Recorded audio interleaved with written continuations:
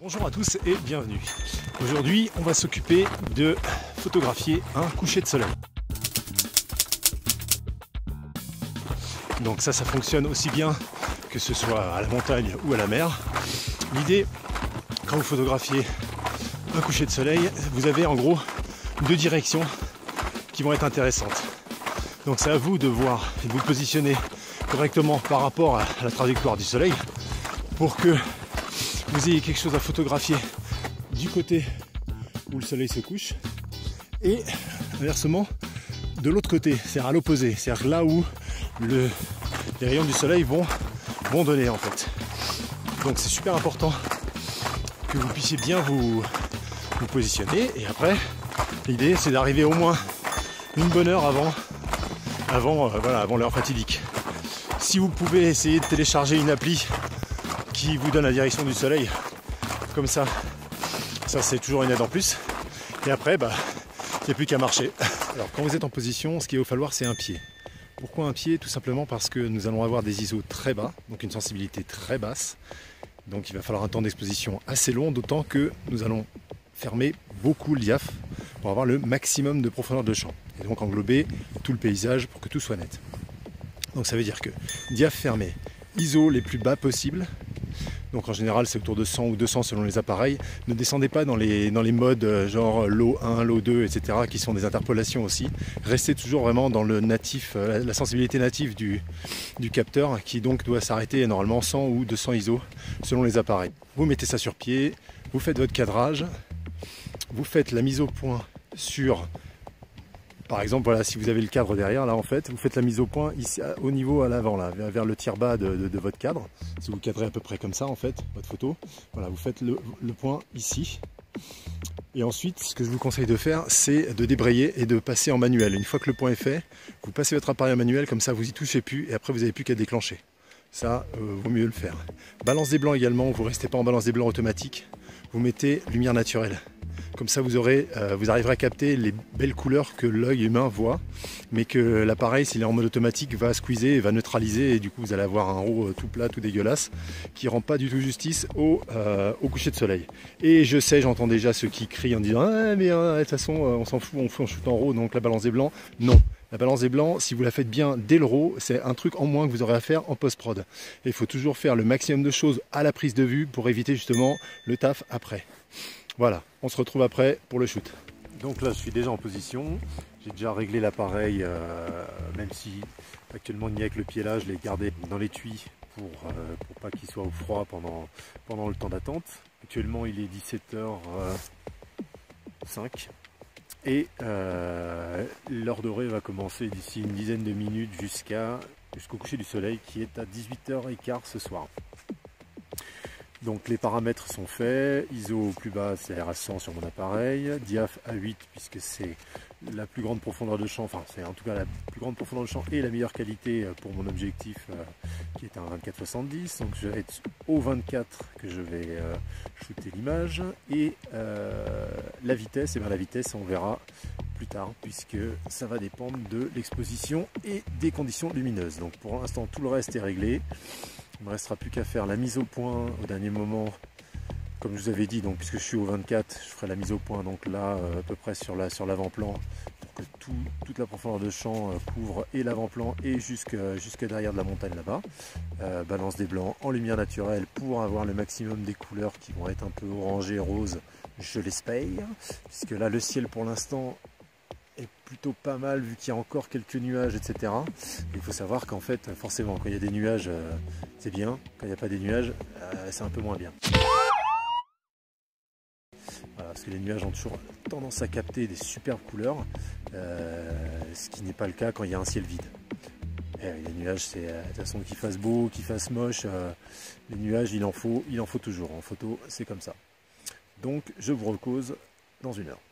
L'heure fatidique se rapproche, malheureusement le soleil s'est voilé, c'est ce qu'on voit un petit peu sur la montagne là, qui donc du coup est un peu moins éclairé de façon un peu moins directe.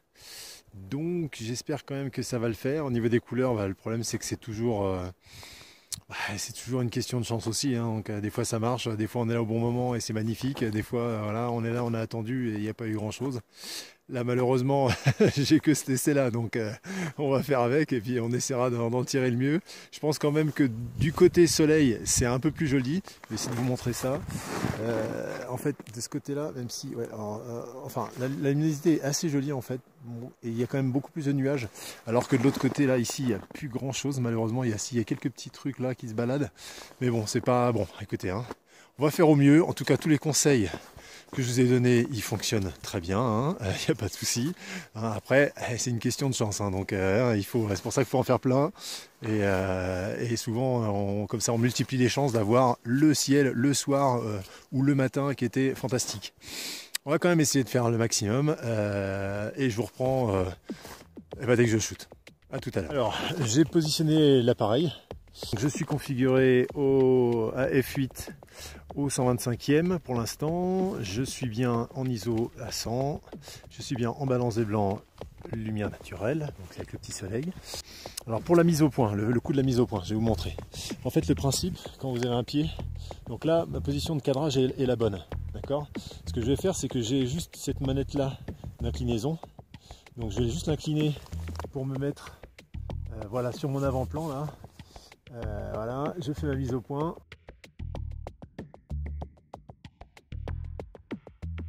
Voilà, la mise au point est faite, ça c'est bon, j'y touche plus. Et maintenant je me remets, voilà, je refais mon cadre propre et je resserre à nouveau. Voilà, et là ça bouge plus, je vérifie bien toutes les manettes. Voilà, là ça bouge plus et tout est prêt, il n'y a plus qu'à attendre. Au niveau cadre, alors je vais essayer de voir si ça marche ça. Si je vous fais ça, ça marche ça ou pas? Non, ça marche pas, ça peut pas marcher. Bon, je vais vous le faire comme ça. En fait, au niveau du cadre, voilà, j'ai tenu à ce que les petites herbes ici, là, on les voit à peu près au centre de mon cadre. Et en fait, j'ai pris une proportion pour que la plus grande partie soit les montagnes à peu près justement au tiers, en fait. Au tiers haut, pour qu'il y ait quand même suffisamment de ciel, qui j'espère sera un peu plus intéressant, et quand même pas mal de montagnes avec l'avant-plan ici, là. Voilà, ça c'est le setup, on va dire. Donc maintenant, maintenant je vais attendre, je vais voir un peu de l'autre côté si ça se passe bien. Là, pour l'instant bof, et au niveau couleur, on n'y est pas. Donc qu'est-ce que je vous dis, c'est formidable, hein. On va quand même essayer de faire au mieux, et puis je vous reprends après, hein.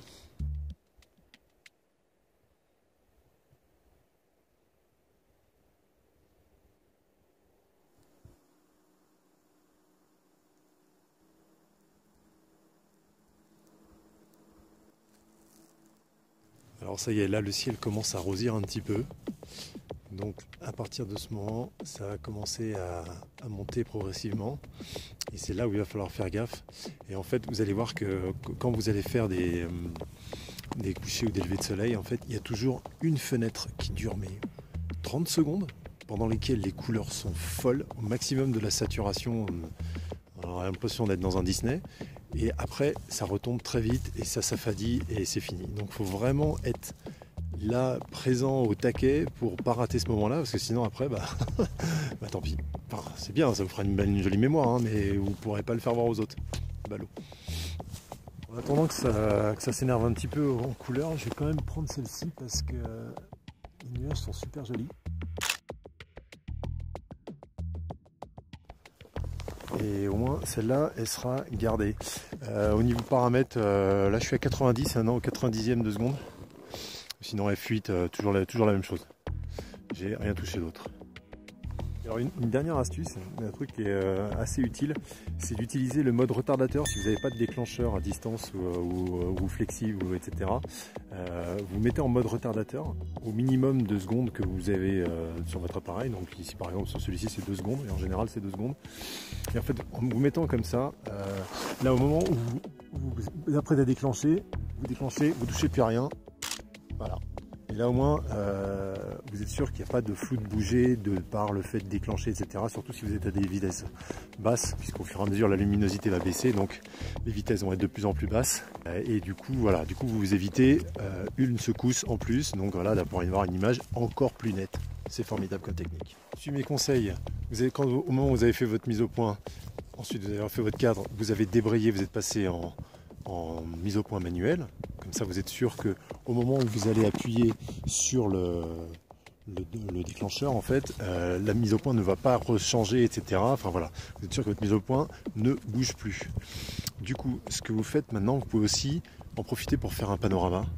C'est-à-dire en fait, vous vous mettez sur l'axe en fait avec l'objectif et vous faites tourner de façon horizontale l'appareil, c'est-à-dire que vous faites un premier shoot à gauche, toujours avec le retardateur, comme ça pour pas bouger, vous décalez légèrement l'appareil, hop, voilà, et ainsi de suite, pour couvrir en fait le maximum du panorama, ce qui sera ensuite recomposé dans Photoshop ou Lightroom, les deux marchent très bien. Finalement les couleurs en fait elles étaient un peu plus loin, c'est-à-dire qu'elles n'étaient pas là-haut mais un peu plus là-bas.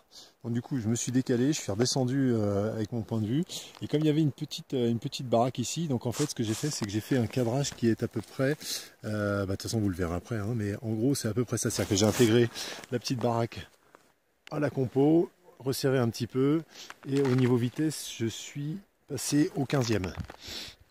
Donc vous voyez comment ça est sur des temps qui sont où sans le pied c'est pas possible, vous aurez forcément du flou. Voilà, et là au moment où je vous parle, les couleurs commencent à devenir intéressantes, donc résultat à suivre.